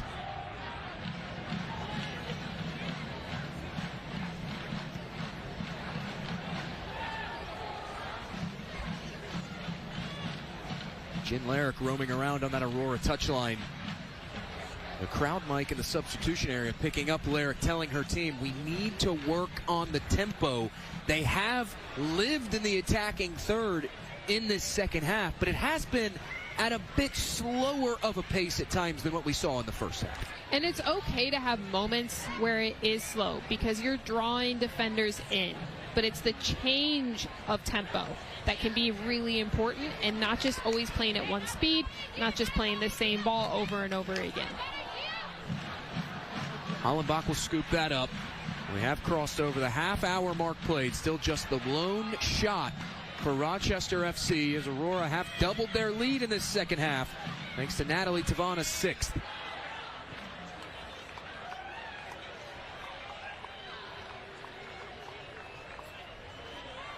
Gutierrez hounding Rochester into a turnover. Springing forward is Minnesota. What a recovery defensively by Brito. Yeah, unfortunately, just a touch too much there from Cooney. Had two attacking players with her between Gutierrez and Tavana. It is important to remember, as good as Cooney Harai has been this season, she still is fresh off a high school campaign and has yet to start her collegiate career. Those are plays that as she develops, she will round into form on and find the open player. We do have an injured Rochester FC player down. That will draw a stoppage from Andrew Dosh. Yeah, we're definitely just getting a cramp there. Cooney's trying to help work that out a little bit. Dosh will motion the training staff on as this match coming to a halt due to the injured Rochester FC player.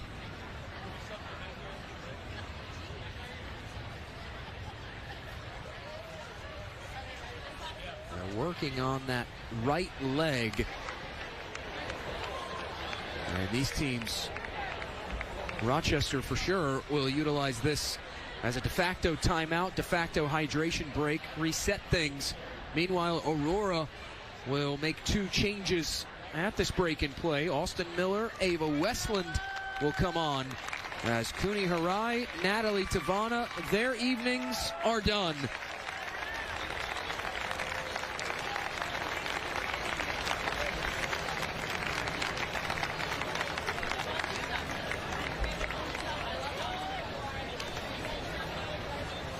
Should this result hold for Aurora, it would be their 4th consecutive season of 10 or more wins. It would be their 43rd regular season win, the most all-time in USLW League history.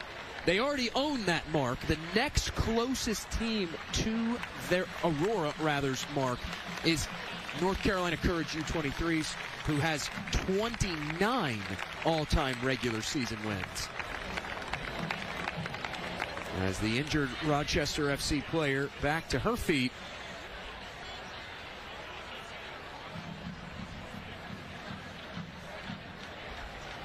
It was Mariana Brito, the player who was down, the native of Portugal. 20 appearances a season ago at the JUCO level for Iowa Western.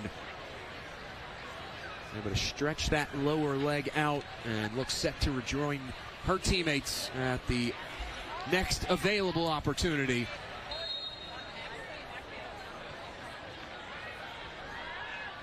Play back underway as Bielich will race ahead with it. Bielich on the give and go from Gutierrez. Here's Bielich. Cuts it back.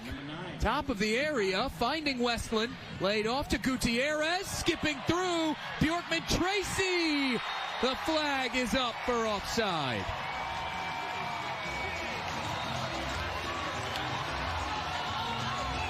Ava Bjorkman Tracy, now twice in the last 3 home matches, has had a goal waved off due to offside. Has to feel a bit hard done.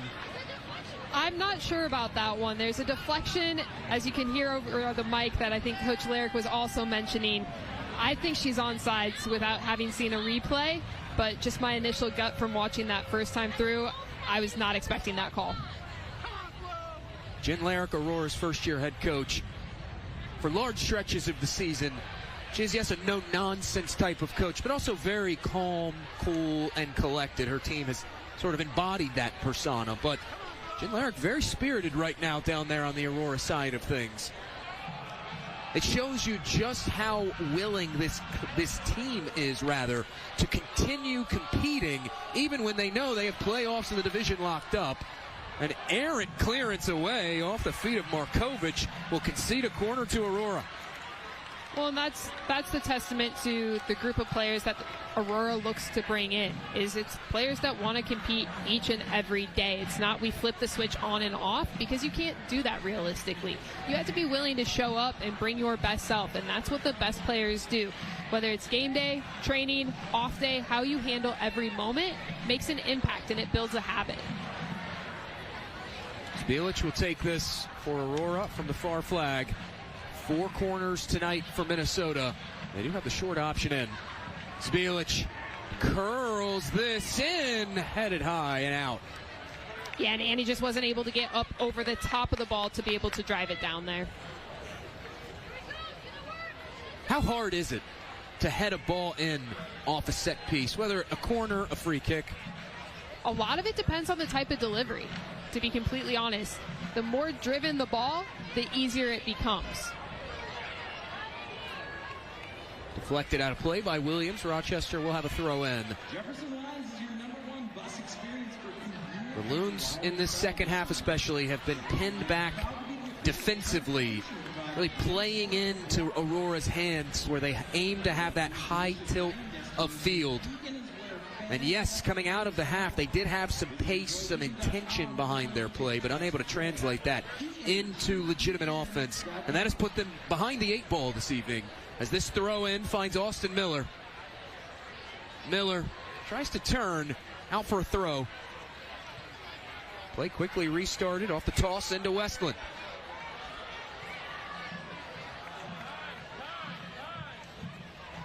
Guided inside, here's Calhoun. Not on point with that pass. Rochester trying to turn this into a counter, and instead, that will go out for a throw-in. Not sure that was Angela Gutierrez's intent there. Just stumbled over the ball, but nonetheless, it ends up working out for quite a sound defensive play. Well, and overall, even tempo can refer to defensively. And I think that's one thing that Aurora is going to want to finish with these last, 20 or so minutes. It's just being really clean in the defensive phase. And we talked about it before the game kicked off. It's just, this is something within their control and something that they want to take this momentum into the playoff game. Looking to funnel it back inside. A foot race. Austin Miller can't get to it in time as that deflects out for another goal kick.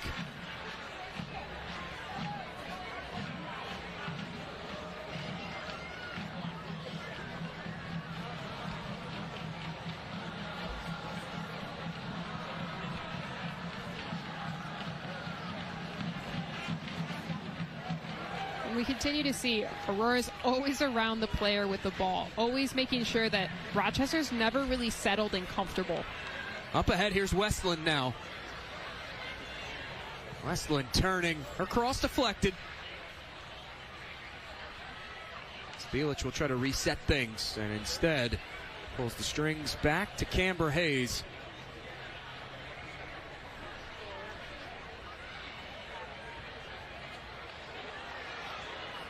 Still Spielich. Spielich turning it ahead. Now Spielich taken down. And that will be a free kick given to Aurora. Rochester FC have run into this problem all throughout the season and again this evening. Now up to 8 fouls whistled for. They've committed one of the highest number of fouls in the Central Conference this season. Over 100 fouls committed. There's playing aggressive and there's playing too aggressive. And the amount of free kicks they've given Aurora, it really has disjointed this game at times and prevented Rochester from building properly. Well, if I remember correctly, we talked about this the first time that we had this game on air. That was part of what they wanted to do, was disrupt the Aurora attack, and they chose to do so through fouling, because it does frustrate your rhythm of trying to be able to build when it's constantly being interrupted and impeded. So part of that can be a strategy for sure. Can it work against you as well? Absolutely. But I think to Rochester's credit, they understand at times in order to reset and regain their shape, but also disrupt a little bit of the rhythm at times. Sometimes there's such a thing called a smart foul. Speaking of fouls, another against Rochester FC as Spielich goes down once more. Aurora will have the free kick as we come up on minute 70 of this contest. Aurora trying to salt things away and pick up what would be their 5th home win of the season, 10th overall win. Miller turns this ahead. Way too much weight behind that. That's really well done from Evelyn there. So we talked about at the closing moments of the first half was how the midfielders were almost always dropping in front of the line of pressure. Evelyn's sitting behind the line of pressure. She allows the ball to roll across her body. She's able to be aggressive, looking forward to find a penetrating pass.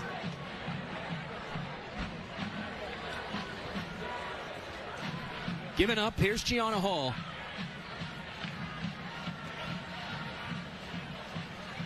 Over the top, trying to find Markovic, and Bayless Flynn will close that off and make the grab.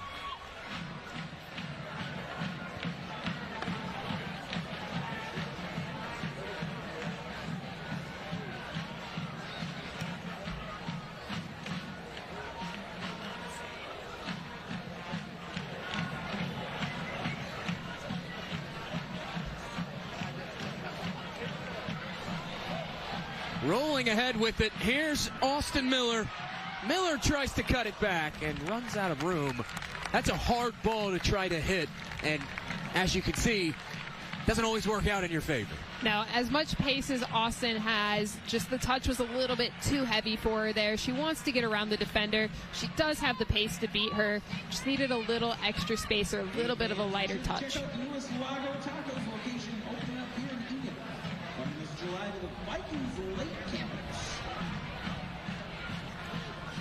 Remy Rapp steps in front.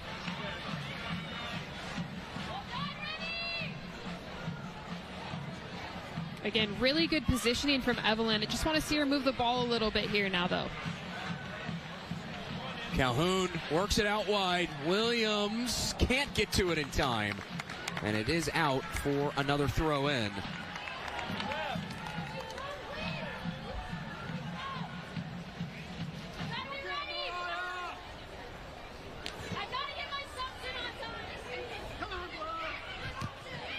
Both teams set to make a litany of changes.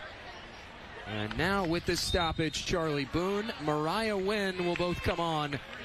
Rochester FC will counter with 4 changes of their own. Barajas on. And Manak will come on as well.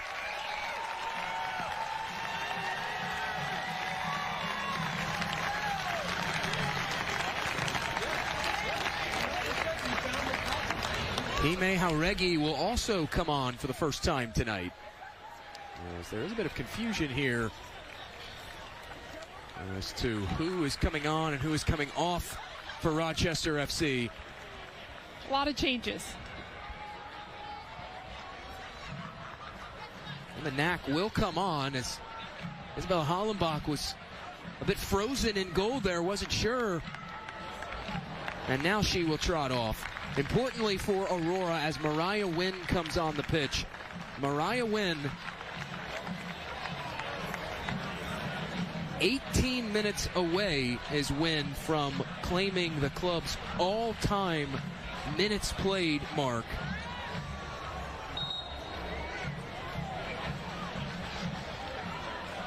Of course, you do the math. We'll need stoppage time as well, Wynn will, to achieve that mark. This crossed over the face of goal and falling out the other side. Austin does a good job picking her head up. Ava does a good job picking her head up, seeing where the space is on the back post. So, right idea, just a little bit off on the execution. Intercepted by Gutierrez and helped back along. Here's Westland. Westland over toward Wynn. Not toward goal, but wide. And it's out for an Manak goal clearance. They have really utilized those wide spaces, those crossing channels all evening long to perfection. Yeah, and it's again just trying to get more than one runner in the box. So we saw with the previous ball with Austin, it's just Ava in the box. And then we just saw again with Ava's ball into Mariah, it's just Mariah in the box. So again, it's trying to create numbers. So there's a time and a place for an early ball in with maybe one runner. But as your teams progressed into this final third, can you get more runners? The cutback finds Westland. Left off, it's Miller. Just out of her reach. But given back up, here's Rami Rapp. Miller. Over to Wynn. Back inside, here's Miller. Still Miller. Through the area and out. Rochester will intercept. And that's the third run. We talk about near post, far post, PK. You really want to try to hit that space between the 6 and the PK because that's far enough away to keep the keeper on their line, but really, really easy to just step into as an attacking player. So the one missing run there, just the PK. As a former coach, as Aurora will make another change, Stella Lawson will come on. As a former coach, what was your favorite run that your teams would make? Did you have a preference there, or did you just say, hey, go for all of it? Well, you want to try to get those 3 runs because part of it is you have different levels to attack a back line. So if the front run can't get it or possibly is really well defended, typically that front runner is going to attract the most pressure. So you're pulling defenders, which is why you want to layer that second and third runner because you have time and space then for those players. But if the front post isn't getting tracked, then yeah, it's a nice easy little ball in and a nice little touch into the back of the net. So that's why you have that preference though, is the first runner is always going to typically attract the most attention, which is what's creating space and why you need extra runners in the box. It's like the wise words from the great poet Shrek. It's like an onion. It has layers. You need the layers. What a great movie. So many good childhood memories. So many good childhood memories being made here at Aurora. Another fantastic crowd here in attendance in this regular season finale. Anytime 2 in-state teams meet up, the match always means so much more.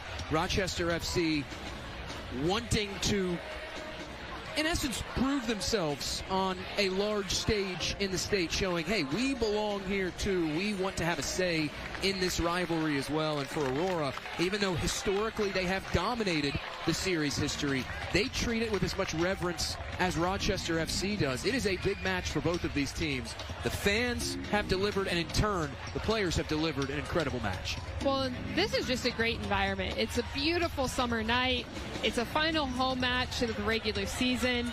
And so you want to come out, you want to defend your home more than anything else as an Aurora team. And you know, you're going to have an opponent coming in who knows you very well, who's just down the road or a couple hours down the road. So it always brings a different type of intensity when you have that specific familiarity with each other.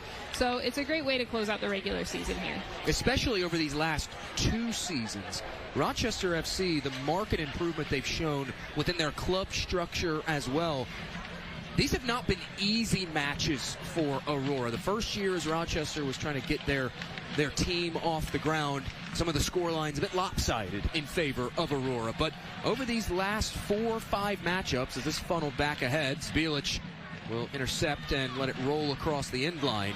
Over these last 4 or 5 matchups since 2024, Rochester has made life, frankly, very difficult for Aurora every time they've matched up with them. And realistically, in my opinion, you want that. I believe the saying is iron sharpens iron. And so, yeah, although it's great to have those matches where it's like fans love it, right? You get goal after goal after goal. But it doesn't prepare you for the challenges that come then with the postseason. So as all these other teams continue to grow and improve, it's actually going to make Aurora a better team because the quality in general is continuing to grow, which forces you to have to be better each and every day that you take the field. Williams with the throw in. It finds Mariah Wynn.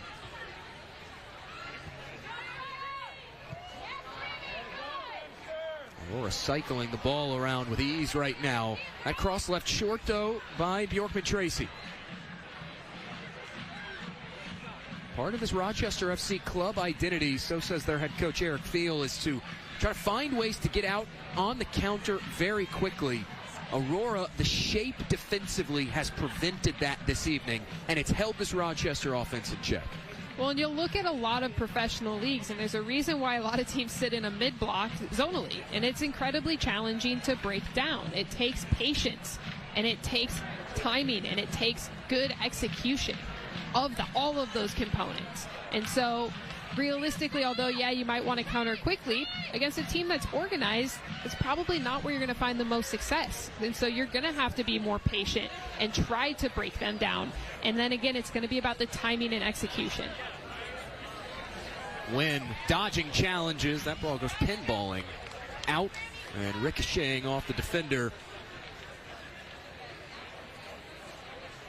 Aurora will have the throw in as Annie Williams will take it.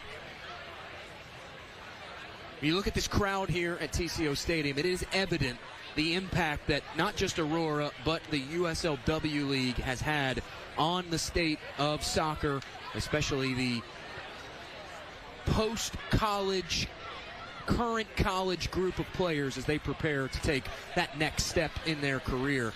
But with the addition of the USL Super League, the USLW League is starting to fill a very important void within the developmental space of the state of soccer. You look at what Carolina Ascent are doing. 2 seasons ago, they launch a USLW League team, and now Carolina Ascent finishing the USL Super League season with the best record in the league. They just announced earlier this week that they had signed the first ever academy player in B. Hilton, who had come up through the ranks of the USLW League side. Development so important in the game of soccer, and the USLW League is undoubtedly making a sizable impact for this USL organization. And it does matter because you have a pathway, more or less, for players to kind of look to work through. And so part of it is as soccer continues to grow across the globe, specifically the women's side, right? It's already existed at a fairly numerous level on the men's side, but there's been a massive investment stateside, but also in Europe. And so really here in America, we have to pay attention to that, because you've seen a lot of like U.S. women's national team players. Naomi Germa, currently playing at Chelsea.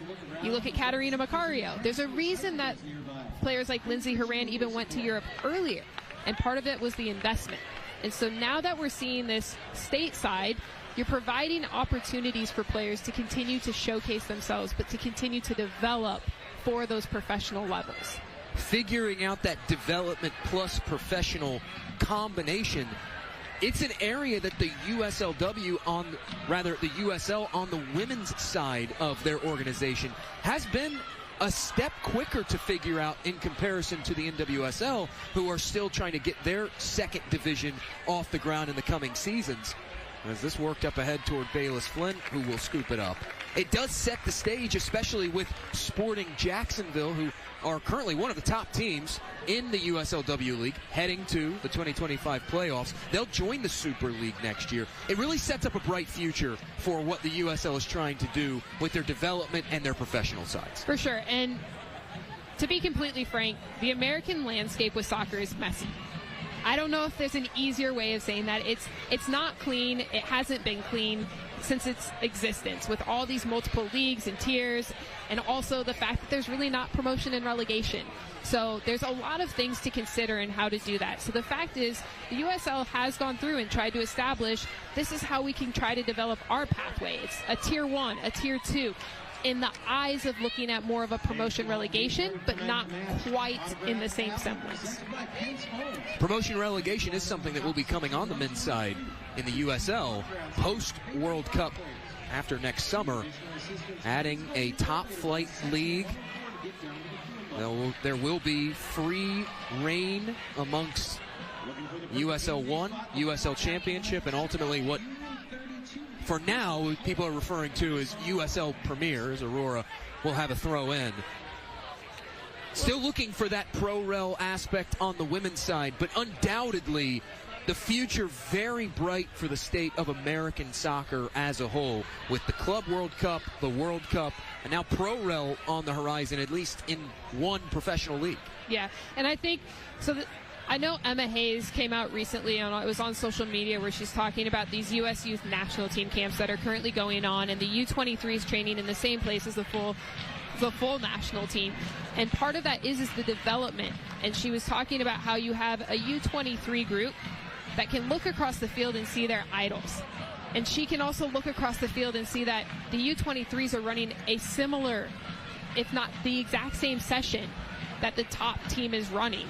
And so again, we talk about that development aspect. And so as you're able to continue to have this consistency and exposing teams and players to that consistency, it's really going to matter as far as growing American soccer in general. It's not just the reliance on athleticism, as we were able to easily lean into, because Title IX happened so early for American women versus the rest of the world. And so as the athleticism component has continued to diminish and other countries are really starting to be at the same level, if not absolutely 100% competitive, it now comes down to a technical and a tactical and the ability for players to think and make decisions. And so having all of these options is really important, because it's forcing players to have to learn and grow their soccer IQ, not just athleticism, not just technique.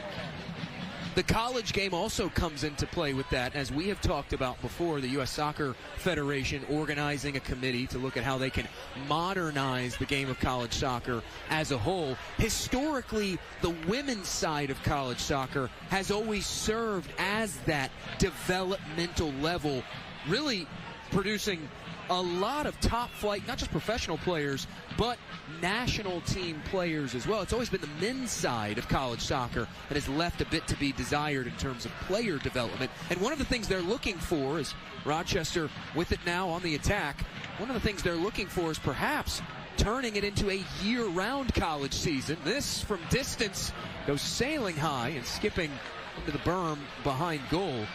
Would you support a year-round college soccer season? You know, I don't know how to answer that, because you'd have to really lay down, how does this work? How is this going to work for student athletes? It's a complicated situation, and so I don't have an answer because it's not a framework that's currently in place that I could be like, yes, this sounds great. That's already asking if you can stretch out the games and not have it be such a compact season. Okay, I'm all for that because those seasons are so demanding for these players that being able to put time between them would be very beneficial. But how does that look for a team like a University of Minnesota where you're winter? Here's Austin Miller in behind. It's Miller. Reflex save by Knack. Nodded back toward goal. Rolling wide and out. And you're going to know they're going to want, both of them are going to want that back to finish on. But yeah, I think that's the hardest part right now is NCAA soccer for the women was typically the penultimate because there were so few professional opportunities for women, where now that's growing. And so that does force the NCAA to have to reevaluate, which is where you see on the men's side, there's always been the professional opportunities for men, and so the NCAA's always competed with that. Do you go and play college soccer? Do you go and sign a professional contract? So now the women's side is starting to have to take a look at this and see and evaluate what makes the most sense. But I think the biggest thing is it's so many entities, and really at the heart of everything should be the players. And unfortunately, that's not always the case. There was a lot of consternation on social media. Obviously, social media is a place of a lot of discourse and debate, but there was a lot of consternation on social media when the announcement was made that that committee would be looking at both men's and women's college soccer for that simple fact. The general vibe around the conversation on the women's side, at least for college, is, hey, if it's not broke, don't fix it, right? Women's college soccer is still continuing to churn out great top-flight players, regardless of if the NWSL has done away with their college draft. And with an abundance of opportunities now with the Super League, with NWSL, the future WPSL Pro even kickstarting soon as there's a whistle and a foul against Rochester FC. There are still a bevy of opportunities for players to move on to post-college on the women's side. The conversation around year-long college soccer was really kicked up. It's been talked about for a long time, but in earnest, about 5-10 years ago by Maryland men's soccer head coach Sasho Sarovsky, who pitched this idea of a 21st century model where you would play non-conference soccer in the fall. You would take a winter break, play your conference and your postseason in the spring as a way to mimic, so to speak, the way an international soccer calendar would work to keep college soccer in line with that. As Wynn trying to break out, she's tripped up. This will be a foul and more. Going into the book is Mariana Brito, the first card doled out by Andrew Dosh. I never think it's a bad thing to go back, and just because something's working, I'm always in favor of constantly reevaluating. Just because it's working doesn't mean it can't be done better. So just stay with the model because there's been success with it isn't enough reason for me to buy into that. So I want to see, can you continue to grow and improve even if it's working?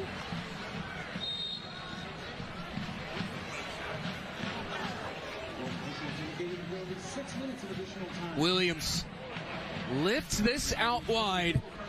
Out of the reach of Gutierrez, rather Stella Lawson, and that's thumped out of play. Aurora will have a throw in. Officially 6 minutes of stoppage time at the end of this contest.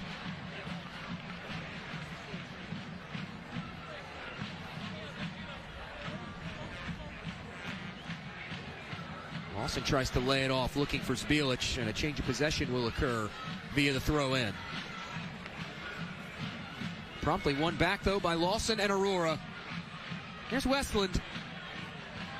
Doubling up Ava Westland. Coming out of a crowd with it is Lawson. That's a whistle for a foul against Minnesota. The future not just bright for soccer, women's soccer, but it's also bright for this Minnesota Aurora FC side looking to progress out of the first round of the USLW League playoffs for the first time since 2023. And they were upended by Indy 11 in the Central Conference Final. Still seeking the ultimate postseason glory. They came close in 2022, reaching the league final, falling 2-1 at home against then champion South Georgia Tormenta as Ricarte Pacheco works this upfield, rolling up ahead with it. Now here is Rochester FC. Frisbee. Ricarte Pacheco now. Ricarte Pacheco overrun, and this will set Rochester FC up with a free kick and an inviting position here late in this contest. Yeah, not having much to look at in front of goal. This is a very tantalizing situation. You're down 2 goals. I send numbers forward. I want to get a look at goal. I want to put numbers around a goalkeeper who hasn't really faced a lot of shots. Bayless has been able to come and clean up a lot of what's been thrown at her, nice and easy. So I want to force her to make a save in this situation. Whether that be directly, it's a little bit wide for my liking. I'd rather have a ball played in for a player to get a flick on, but we'll see what Rochester decides here. Brito rolls it toward goal, bouncing out of play. And it's not a bad look. She had it just by an inch there. Bayless is going to thank that post.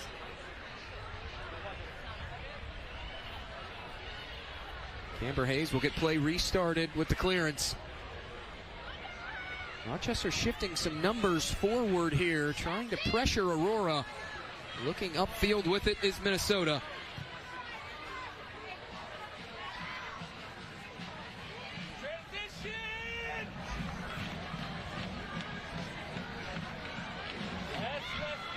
Markovic coughs it up. Still on it though is Rochester.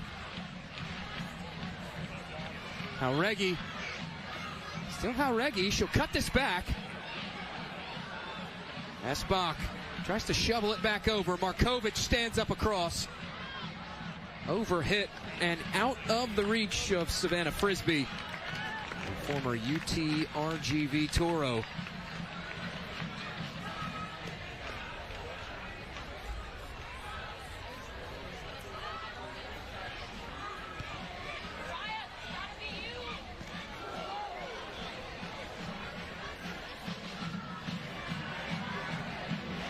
Markovic wins it back, turns this back upfield. Rochester fumbling away with it. Showing some signs of life here late are the Loons.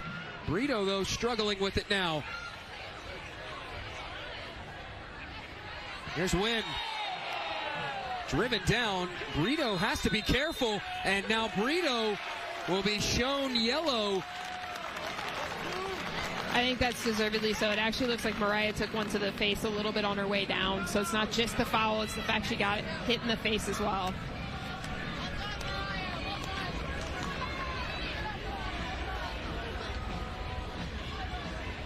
Well, I think overall what Aurora is going to want to see here is just to settle down a little bit. Just relax, close the game out, be organized, and communicate with each other.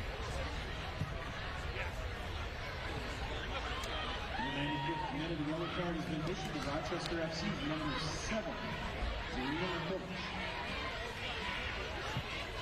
The yellow card dished out by Andrew Dosh, officially awarded to Zarina Markovic. Mariana Brito very fortunate. She was in with that scrum on Mariah Wynn. Brito already carrying 1 card. Now this thumped back forward as Westland will give chase.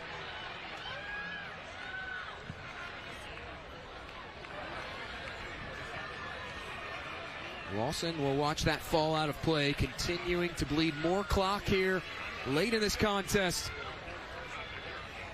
Aurora looking to end the regular season on a high note, surging in to the Central Conference playoffs in Pittsburgh. Here's the conference #1 overall seed. Meanwhile, here's Lawson. Cleared out of play again.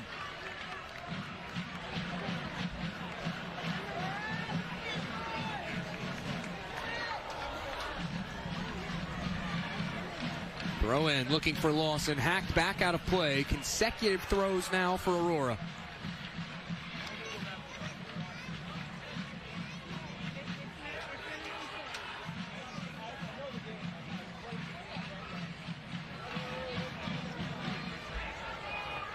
Lawson heading for the corners.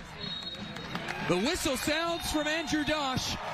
The final act in 2025's regular season in the books.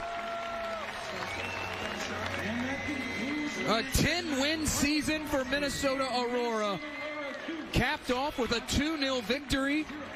One of those goals credited to our star of the match, presented by the Minnesota Star-Tribune. It's Eli Rapp, her second career goal. 2 penalties converted in the last 3 fixtures of the season for Aurora FC. Rapp is our star of the match.